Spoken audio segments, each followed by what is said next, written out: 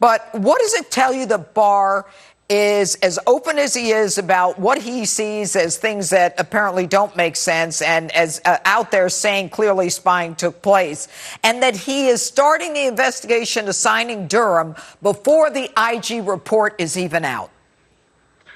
Well, he's drawing people in, and it's having a profoundly positive effect on the investigation.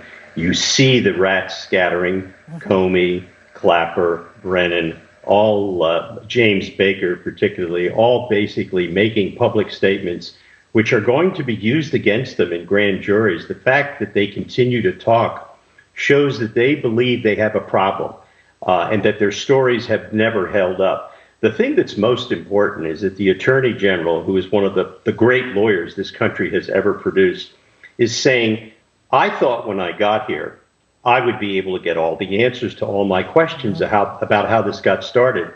And by golly, I'm not only not getting the answers I'm getting are completely inadequate. Now, just ask yourself this question. He's the Attorney General of the United States. The new FBI Director, Chris Wray, works for him. Is it sound strange to you that Chris Wray does not have all the answers about what went on inside the FBI? Let me just say this to America tonight. The new FBI Director, Chris Wray, is an empty suit. He's an embarrassment to the United States. I'm going to stop you right there, Joe. I knew the first time he testified before Congress he was an empty suit when he was saying, well, we don't know if we can give you what you subpoenaed. Let's both agree with it and get past this guy, Christopher Wray. I don't think he even belongs there, but that's not my call. That's why the Attorney General doesn't have answers, because Christopher Wray has refused to investigate because he wants to protect the institution. And just remember this. He is a Comey acolyte. Well, he's a he loves James Comey. Okay, listen, why is Comey talking? You and I both know there are so many inconsistent statements out there, and by the time everybody points a finger at everyone else, there's going to be so much to impeach him with. He's got good lawyers. I hear he's got Fitzgerald, correct? Patrick Fitzgerald. He put, a bunch of people in, Blagojevich and a few others. I'm not sure. Well, Patrick Fitzgerald is an unethical former prosecutor. And here's the thing. James Comey is talking because he is delusional. He's a man so self-possessed, so self-righteous, but he believes that nothing will ever happen to him.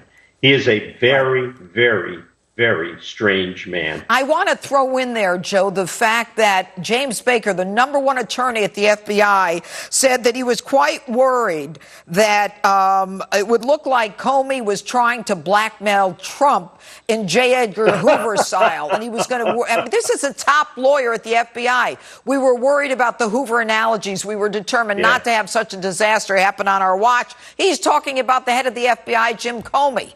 Do you think he's going to testify against Comey?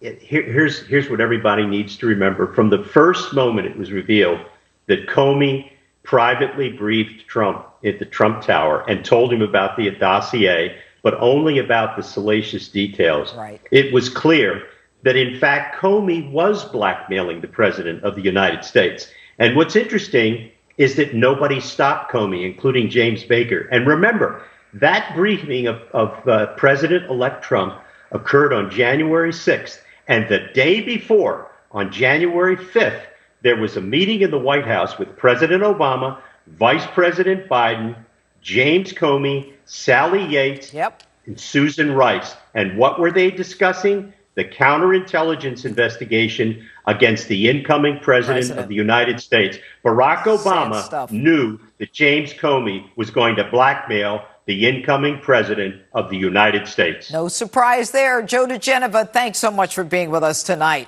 And up next, I sit down with Laura Trump. You don't want to miss this one.